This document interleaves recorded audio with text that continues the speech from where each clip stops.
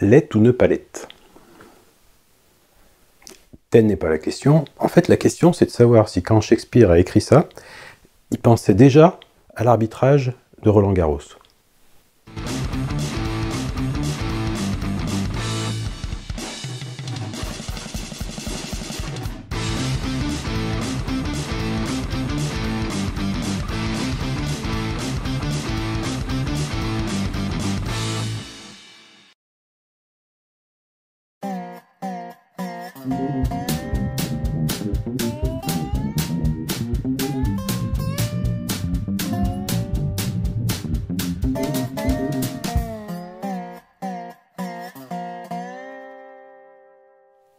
Et salut les boiseux, comme vous aurez remarqué dans le titre, aujourd'hui on va parler d'un sujet plus sensible que les religions, la politique, les guerres, le Covid, enfin, on va parler du bois de palette. Du coup je vais me faire des amis, j'aime bien me faire des amis.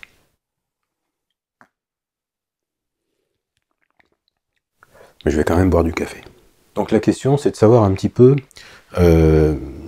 si on peut ou pas utiliser du bois de palette et pourquoi.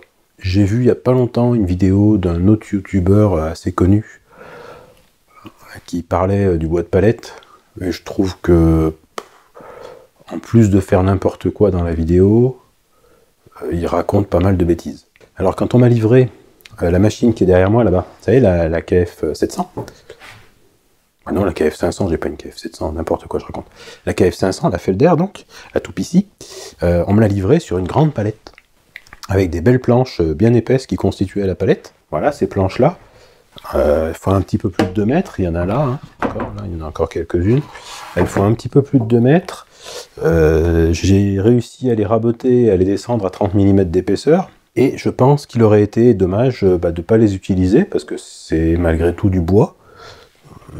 Ça vaut ce que ça vaut, il y a plein de choses à en dire, on va les dire, mais voilà. Donc j'ai décidé de les utiliser parce que j'ai besoin, je sais pas encore faire, j'ai besoin de faire une étagère pour ranger des produits de finition, donc des pots de vernis, etc. Donc là, ça fait quelque chose comme 150 de large, à peu près. Voilà, on est 150 de large, c'est ça.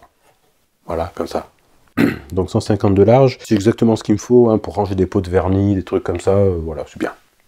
Ça va être impeccable. Voilà, donc je vais utiliser ça. Alors, un des trucs que j'ai vu dans une vidéo, effectivement, c'est oui, à la chaudière.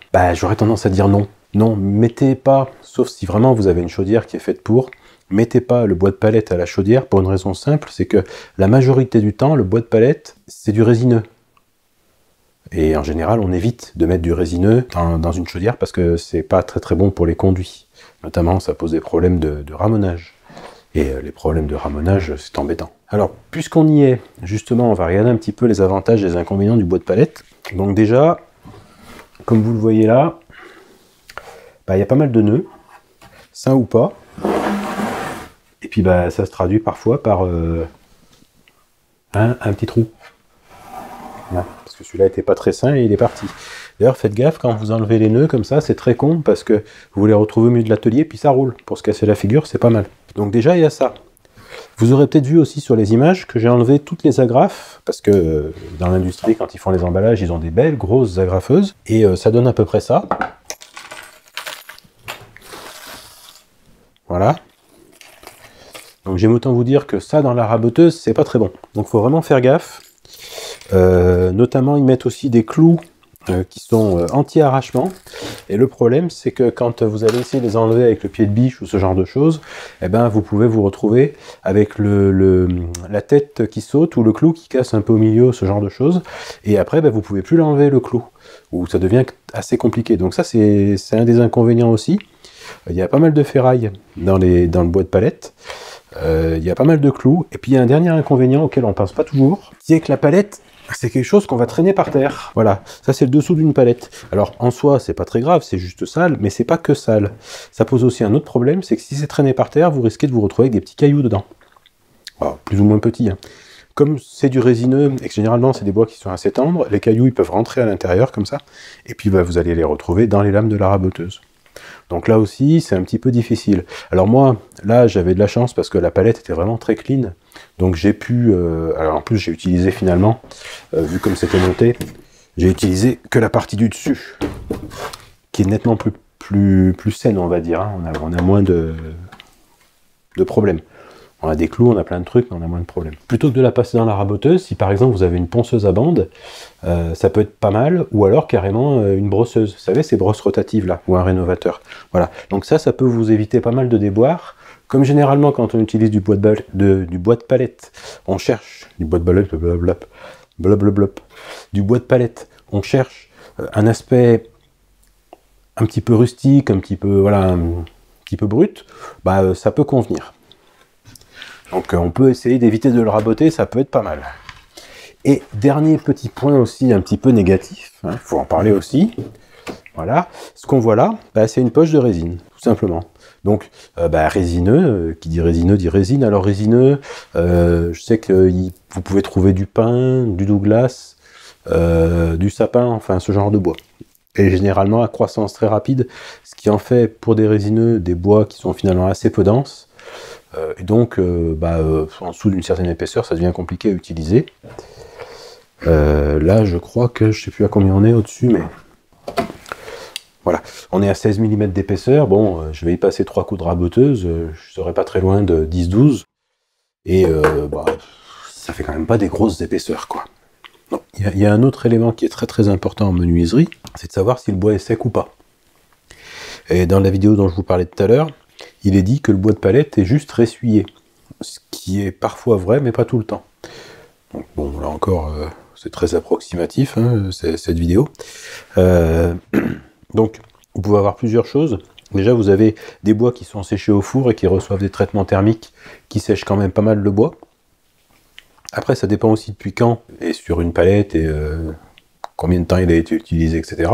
Ça dépend aussi où il a séjourné, parce que forcément, s'il a pris la flotte pendant 3 semaines dehors, bah, c'est pas pareil que s'il a été stocké à l'intérieur dans un hangar chauffé. Voilà, donc le fait que le bois soit sec ou pas, c'est quand même très aléatoire. Donc là, dans ce cas-là, le mieux, c'est de vous munir d'un humidimètre et puis de vérifier. Par exemple, celui-ci est resté chez moi pendant un certain temps, et a priori, on est à 8%, voire moins. Donc c'est pas mal. Ça veut dire qu'on est déjà bien sec, quoi. Hein, je pense que là, on n'aura plus trop de problèmes. Après, ça va dépendre où on va le mettre. Mais voilà. Donc ça, c'est important aussi de savoir que le bois de palette n'est pas forcément sec.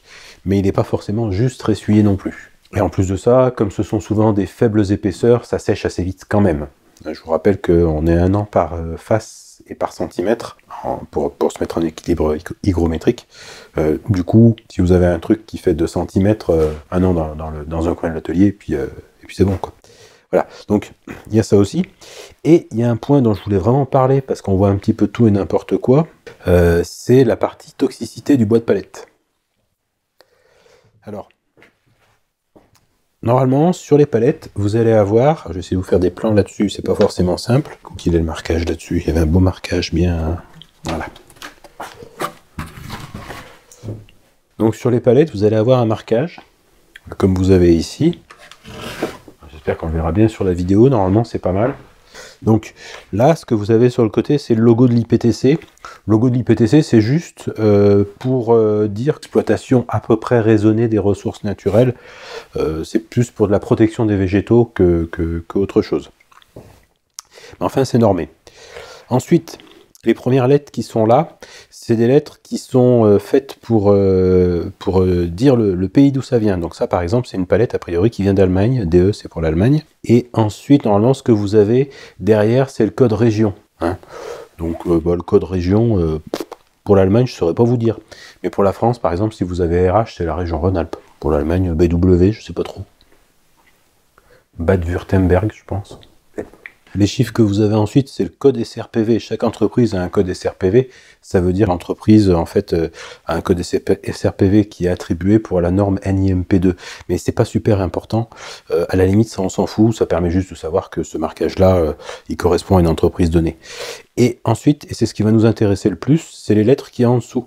Là, HT, ça veut dire que le traitement que cette palette-là a subi, c'est un traitement haute température. Donc c'est juste que le bois a été chauffé dans un four à X degrés, je crois que c'est 60 degrés à cœur de mémoire. Je dis peut-être une bêtise, il me semble que c'est ça, pendant au moins, je sais plus quelle est la durée. Bref, en tout cas, ça permet de virer les petites bébêtes. Voilà, c'est surtout pour ça que c'est fait. Donc l'avantage, c'est qu'en fonction de ce que vous allez avoir qui est écrit là, vous allez pouvoir savoir si vous avez des toxiques dans le bois ou pas. Et ça, c'est super important. Je vais essayer de vous en montrer une autre. Je sais pas si on la verra bien sur la vidéo. Où c'est qu'il est le... Ah, il est là. On voit pas super bien non plus. Alors là, le code n'est pas complet. On n'a pas tout. Donc on a toujours le logo IPTC. Là, on devine un petit peu le début. Là, on a, on sait pas, PL. Je pense que c'est une palette polonaise. Et là, on a toujours le HT. Donc pour haute température. Donc là aussi, ça est traité en haute température. Au passage, celle-là de palette, c'est une palette Europe. Les palettes Europe, c'est des palettes qui sont normalisées. C'est des palettes qui font 80 par 120. Et qui sont normalement consignées, donc que vous pouvez réutiliser. Voilà. Je vous en parle pas plus que ça parce que c'est pas super passionnant non plus. Ah bah, ce qui par contre est intéressant, c'est que derrière, on a le marquage qui est meilleur. Peut-être vous montrer l'autre côté alors du coup. Manutentionnaire. Voilà. Là, on a un meilleur marquage. Voilà, donc là on voit un petit peu mieux le marquage. Donc toujours Pologne, toujours le HT, le logo IPTC ici. Donc là encore, ça veut dire que ce bois-là, il n'a pas été traité avec des produits chimiques. Donc on peut sans problème le réutiliser pour, voilà, pour faire ce qu'on a envie de faire. On risque pas de... Il n'y a pas de produits toxiques dessus. Je vais vous expliquer pourquoi j'insiste lourdement là-dessus. Parce qu'il y a un traitement qui est assez fréquent. Donc si vous voyez marqué HT, donc c'est haute température. Si vous voyez marqué DB, c'est juste écorcé, donc vous pouvez pouvoir marquer DB et HT, c'est pas incompatible, ou DB et d'autres choses, vous allez voir. Par contre, il y a une lettre, enfin un marquage que vous devez absolument chercher, c'est le marquage MB. MB, c'est le bromure de méthyle. Alors, pour rire, je me suis juste imprimé la fiche toxicologique du bromure de méthyle, qui est là, hein. C'est juste, je vous montre un petit peu les petits logos qui sont en haut. En général, quand on voit la tête de mort comme ça, c'est pas bon. Hein. C'est... Enfin bon, moi, personnellement, quand je vois un truc avec une tête de mort dessus, je vois pas. Mais je suis un petit peu trouillard, faut être honnête. Alors, je lis. Donc le bromométhane, qu'on appelle aussi bromure de méthyle, c'est un synonyme. Donc théoriquement, c'est la même chose. A priori, c'est un gaz. Donc la formule, c'est CH3Br. Comme ça a l'air de rien. Là, on est sur la fiche toxicologique synthétique. Hein. Je ne suis pas allé chercher trop loin non plus. Donc ça, c'est l'INRS. En principe, ils disent pas trop de conneries. Donc c'est un gaz qui est incolore, qui a une odeur, en tout cas pas d'odeur caractéristique. Donc n'allez pas me dire que comme la palette, elle sent rien, vous risquez rien. Ça, c'est faux. Hein. Donc toxique en cas d'ingestion, provoque une irritation cutanée, provoque une sévère irritation des yeux, toxique par inhalation, peut irriter les voies respiratoires, susceptible d'induire des anomalies génétiques, risque présumé d'effets graves pour les organes à la suite d'expositions répétées ou d'une exposition prolongée, très toxique pour les organismes aquatiques, nuit à la santé publique et à l'environnement en détruisant l'ozone dans la haute atmosphère. Voilà. Donc, tous les ploucs qui mettent des trucs en palette chez eux et puis qui vérifient pas ce genre de choses en m'expliquant que le contreplaqué et l'aggloméré, ça rejette des COV dans l'atmosphère, bah voilà. Faites ce que vous voulez, hein. C'est votre santé, c'est pas la mienne. Enfin, c'est pas gentil pour vos enfants. Voilà. Et l'autre dernier truc, hein, avec les palettes, la toxicité des palettes, si vous voyez des palettes colorées, alors j'en ai pas, je peux pas vous montrer, bah, c'est un petit peu comme les champignons, si vous voulez.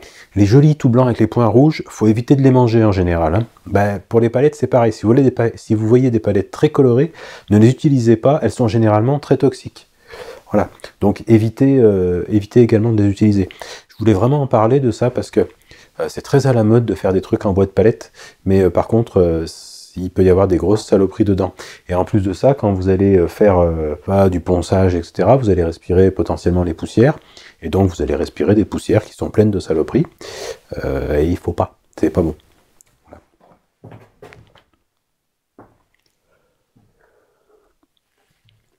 Donc après, utiliser du bois de palette, pourquoi ? Bah, pour tout ce qui est, j'allais dire, tout ce pourquoi vous auriez utilisé du résineux, pourquoi pas. C'est sûr que pour faire une commode Louis XVI, on évite le bois de palette, hein, ça va pas le faire.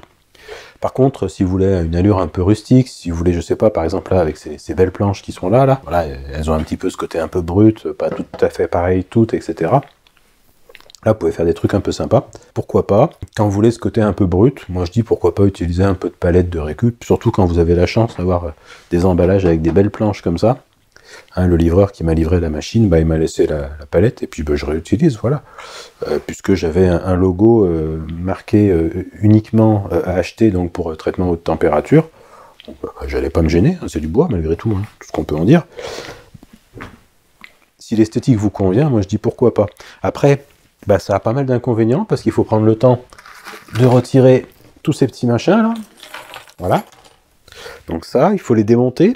Bah, c'est pas forcément facile de récupérer les épaisseurs, etc. De toute façon, on est quasiment obligé de les raboter ou au moins de les nettoyer. Donc il faut avoir le temps.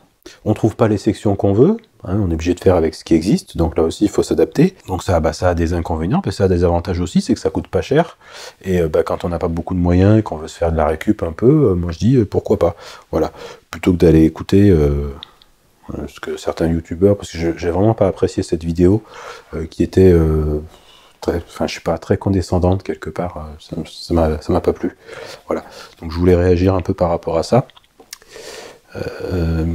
Méfiez-vous quand même, si vous voyez des traces suspectes aussi, j'étais en train de penser sur les palettes, ça m'est déjà arrivé, vous n'êtes pas à l'abri, notamment avec les palettes Europe, qui sont très réutilisées, voire même qui sont réparées parfois, vous n'êtes pas à l'abri d'avoir, je sais pas moi, des produits toxiques qui ont éventuellement coulé dessus ou ce genre de choses, donc attention aussi avec ça.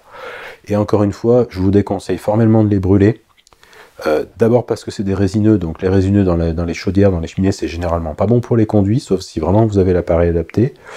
Et en plus de ça, s'il y a eu des produits chimiques dessus, bah non, ne les brûlez pas, parce que aller revaporiser dans l'atmosphère les cochonneries chimiques qui mettent sur le bois des palettes, bah, c'est pas vraiment la meilleure idée qu'on puisse avoir. Voilà. C'est tout ce que j'avais à dire pour les palettes.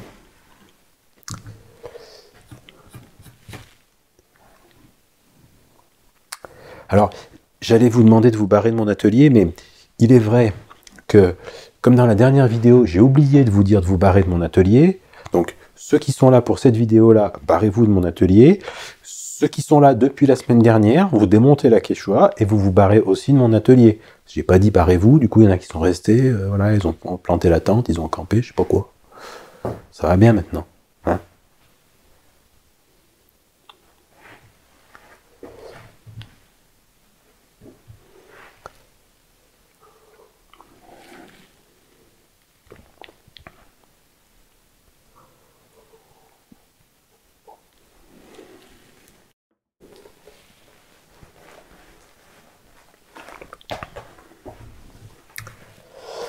J'ai une petite faim, moi je vais aller me faire un petit truc à grignoter.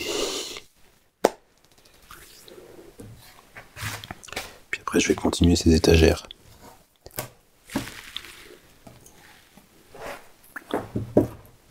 Parce que quoi qu'on en dise, hein, c'est du bois.